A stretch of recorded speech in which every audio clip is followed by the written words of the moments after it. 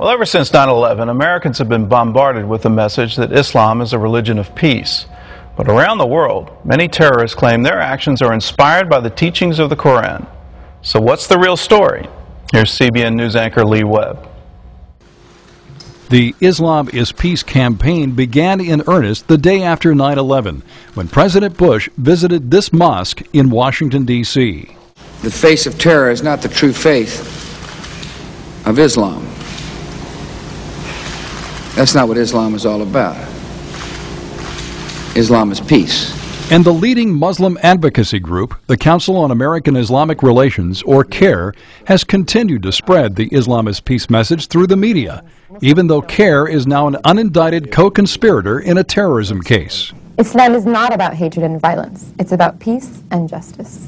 Some have even suggested that Christianity is somehow as dangerous or more dangerous than radical Islam. Rosie O'Donnell said as much on the program The View last year.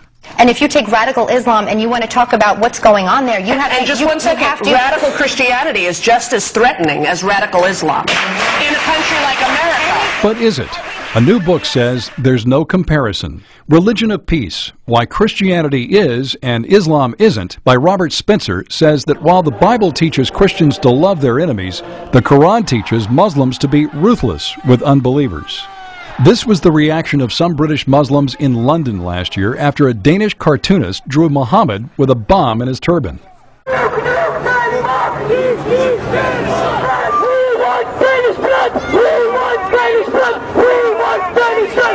It has been said that while most of the world's Muslims are not terrorists, most of the world's terrorists are Muslims. But many on the left still fear Christianity more than Islam. Spencer says it's time for the West to defend Christianity and tell the truth about Islam. Well, joining us now live from Boston is Robert Spencer. He's the author of Religion and Peace, Why Christianity Is and Islam Isn't. Well, welcome to the 700 Club. Thank you. Very happy to be here. I've had an interesting conversation with some Arab ambassadors a couple of weeks ago, and one of them actually said that Islam is in need of a reformation. Is that sort of a prevailing view amongst, I guess, moderate Muslims? It's a common view, but I'll tell you one thing about that, Gordon. It's very important to understand. In Christianity, the Reformation was an attempt to get back to the basics, right? To clear away things that had crept in over the centuries that were not authentic, and to restore the purity of the original message of the New Testament. Now, in Islam, there's already been a Reformation like that. Muhammad ibn Abdul Wahhab, the founder of the Wahhabi movement, was an 18th century reformer in Arabia, and that's exactly what he proposed to do. He cleared away everything that was a later addition in Islam and got back to just what the Quran said and what Muhammad taught. And it became the most violent and virulent form of Islam that the world has yet seen. So I'm not really sure that a reformation is what is needed. What might be needed is a rejection of a literal understanding of a lot of passages of the Quran. Well, give us some examples of how is the Quran more violent than the Bible? Well, you know, of course, we all know that in the Old Testament there are passages where God tells Joshua to clear out whole cities and things like that, but the one thing that he never does is say, and all believers should go and do likewise, or that this is your instructions, this is your pattern to follow. There have been many ways that interpreters have understood those passages, most of the time in a spiritualized way, that they in some way stand for the struggle against sin within the soul of every believer. But in the Quran, it's unmistakable that there are passages like in chapter 9, verse 5, slay the unbelievers wherever you find them. Chapter 9, verse 29, which extends and specifies the fight to refer even to Jews and Christians until they submit as inferiors under the rule of Islamic law. These things are not spiritualized, and they are directed as open-ended, universalized commands to all believers to fight against unbelievers. And that's how they've been understood by mainstream Islamic commentators through the centuries. So it's really, it's ridiculous when people say, well, the Bible is just as violent as the Quran. It just indicates that they don't really know what either one of them says. Is it possible for Christianity and Islam to peacefully coexist, or are they mutually exclusive? Well, in terms of doctrine, they're mutually exclusive because, of course, in 1 John it says, if you do not have the Son, you do not have the Father, whereas in the Quran it says anybody who says that Jesus is the Son of God is an unbeliever.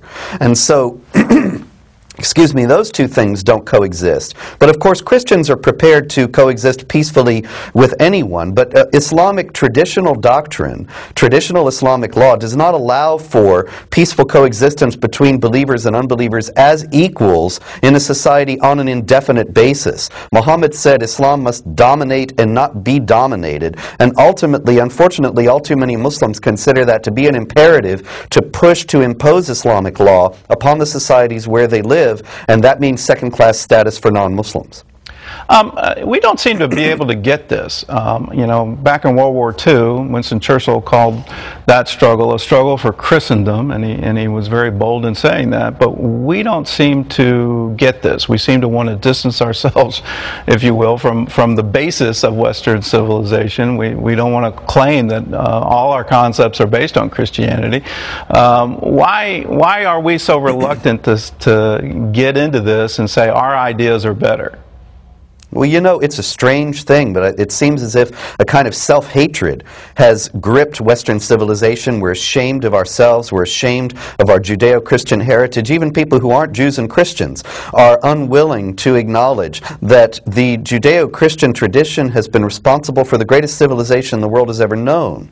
This self-hatred, I think, has become part of the pop culture ever since the Vietnam War. And that now it's really coming down to a challenge for us, because the Islamic law that the jihadists want to impose upon the world would deny basic things that we take for granted: freedom of speech, freedom of conscience, the equality of dignity of all people before God, the equality of rights of men with women, the equality of rights of all people regardless of creed, so that there's not a special class of people as there is in Islamic law.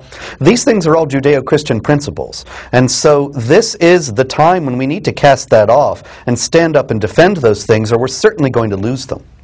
There seems to be a movement, and it's frankly political, that Christians are just as bad as radical Muslims. And I know CNN is doing a whole series this week, and AP just released a rather puff piece on it, saying, you know, everybody needs to watch it. And in that segment, they're going to say that if Christians are encouraging young women to dress modestly, what's the difference between that and the Taliban?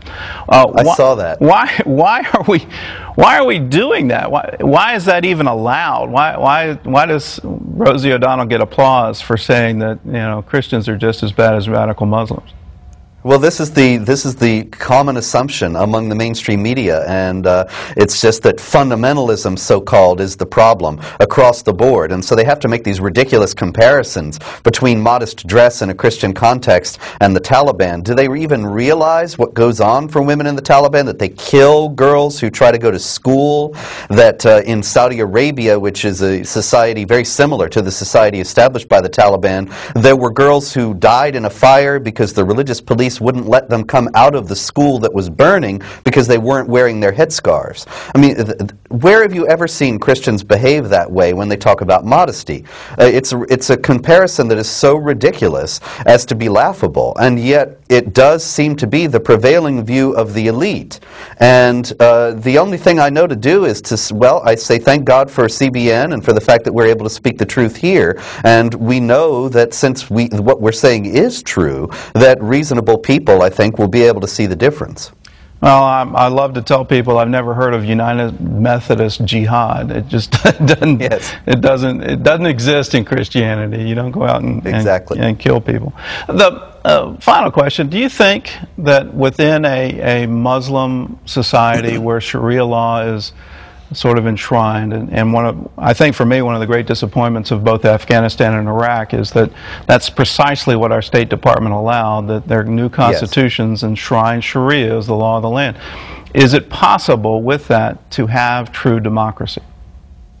No, because Sharia law does not allow equality of rights for non-Muslims and for women. And so if you're talking about democracy in the sense that it's always been understood in the West as, first of all, enshrining the rights of the individual as being something that is pertaining to his dignity before God, then that's one of the first things denied in Sharia for certain groups of people. And so ultimately those provisions in the Iraqi and Afghanistan constitutions are going to militate against the establishment of any kind of genuine Western-style democracy in either country.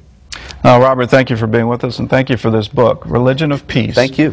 Why Christianity is and Islam isn't. It's available in bookstores across the country.